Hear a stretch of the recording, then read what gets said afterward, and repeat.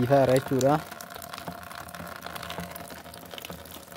Yaani nu deebi'ee abaaboonis asheenni baaqelaa uumamnis nu abaaba'ee amma bara haarawatti asheeta haarawaa nyaachuu namni midhaan haarawaa qammase maaliin ta'u jedhe Oromoon akkasanii.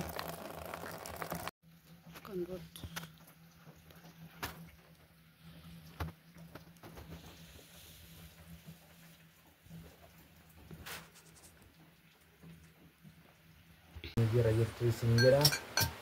Dursee baga isiniin ga'e ayyaana buheetiin illee jechaa amma kunoo kan argitanii kunoo anis guyyaa kaleessaa indiyoon biraan dhufee indiyoon ifama walii gooneerraa amma kunoo illee achan jira achan bulee amma kunaatiin illee kan argaa jirtan kana kunoo buna mudachisaa jirti.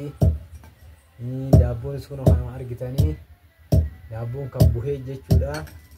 Maal jedhamaa daabboon inni kun waan argitan kun buqqillee jedhamaa kan bu'een kana qaba jechuudha. Kunni isaa ammaaf kanarra irraa kun kan argitanii akka itti buna mudachisaa jirtan jechuu barbaade. Miliyoon kaatis hordoftoota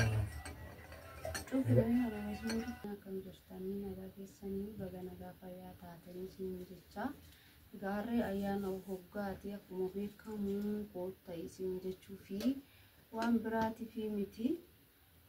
Barri haaraanis dhiyaachaa jira, fooliin bara haaraa urgaa jira, waa baay'eetu jira jechuudha. Amma ganii baay'ee namatti tola. Baay'ee tokko fooliin gannaa, fooliin habaaboo urgaa jira jechuudha. Egaa ittiin nu haa ga'u bara kun immoo bara nagaa, bara jaalalaa, bara tokkummaa nuuf haa ta'u jechaa jechuudha. Kun akkuma argitanii egaa waan dubbadhu hin qabu silaa kan samuuna beektasanii baay'een keessanii nagaa buusaa wajjin jiraadha. Baay'ee namatti toltu yoo nagaan jiraate wanni hundi bareedaa jettanii warri nu gorsitanii galatoomaa ulfaadha. Taaritii dogoggora namaa irra deddeebiidhaan yeroo gadhiifamu ammoo yeroo wanti tokko irra deddeebiidhaan gadi dhiifamu baay'ee ulfaataadha, baay'ee nama cinqa jechuudha. Kanaafuu ani gama kiyyaanii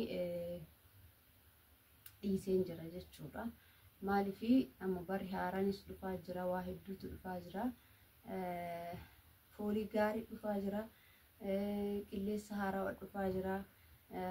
Wanti hundumtuu haaraa jechuudha bara haaraa keessatti.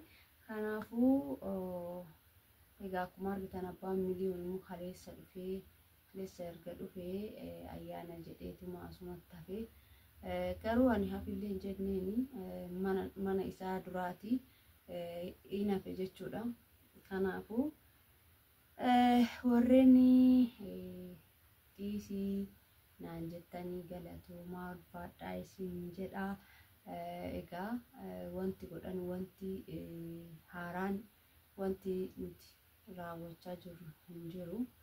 Egaa akkuma kaleessa argitan jechuudha dhufee dhiifama na gaafatee jira. Egaa namni immoo yeroo baay'ee dhiifamni kunillee baay'ee ulfaataadha. Isinii galee dhiifamni garmalee baay'ee ulfaataadha. Haa ta'uti garuu dhiifamni irra deddeebi'u yoo baay'ateeyyuu waan hundumaafuu dhiisuun akka caalu hubadheen jira jechuudha. Waa wayittuu kana caala haasa'uu hin danda'u. Koottaa buna dhugnu, ayyaana walii yaa dabarsinu, qilleensa haaraa walii yaa fudhannu siin jechuu jaalanna. Horaanuu bulaa. Eshi akkuma indiyoon jette kunoo dhuguma barri bara haaraatti deemaa jira. Ammaa fi namni dongorameera sun taree waan darbeef ayyaana waggaa immoo yeroo hundaa yeroo dabarsan jechuudha. Ayyaana waggaa maatii ofii wajjin mana ofii taa'anii buna ofii dhuganii saadiqii ofii waan hundaa qopheeffatanii yoo mana ofiitti fataa jedhanii dabarsan baay'ee waan das nama jedhu. Maaliif ayyaana akkuma jedhamu ayyaanni kan jaalalaa kan tokkummaati. Maali namni immoo maatii biratti ayyaana ofii kan yaadatu waan ta'eef Ande tarifi kan ayana waggaati mana kiyya duraanaa wayyaa maatii kiyya wajjin fakkeenyaaf miliyoona isin jiru malee miliyoona soda jiraate maatii kiyya wajjin mana tokkotti ayyaana kana ayyaana gaarii kan jaalalaa jennee waliin dabarsuudhaafi illee kanaafallee akkuma jedhamu ayyaanni afootti amma dhufaa jiru kana amma kan bara haaraatti waan deemaa jirruu fi ittiin nu haa ga'u isin illee haa ga'u jechaa akkuma argitanii toorta bunaa dhunnu ayyaana waggaa wayyaa dabarsinuu siniin jedhanis akkuma ati miliyoon jettee amma kun anis dhiiseen jira anis mana kootitti deebi'ee nu araaramnee irraa ishiidhanis naal kun hiidee kun kun dhiifeeraa ta'an duraanii fuula badduu kanaaf fixanneerraa warroonni immoo anaanillee jechuudha.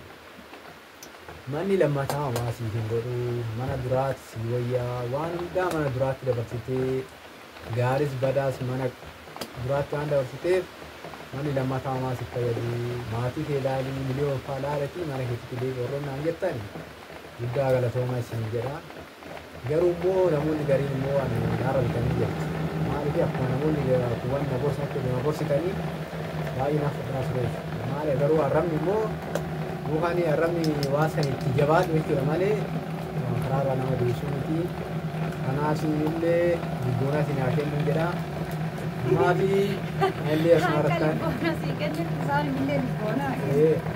illee asumarrattanii goolabaa guddaa waan dhaggeeffatanii galatoomadha ulfaadha siin jenna ayyaana gaarii waliin jedha.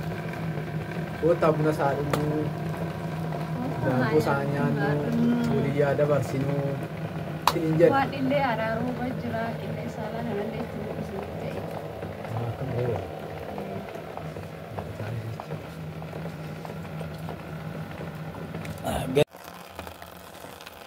Akkana fakkaata waan nu deebi'ee roobaa jira amma hunooyi inti ifaa irra jechuudha.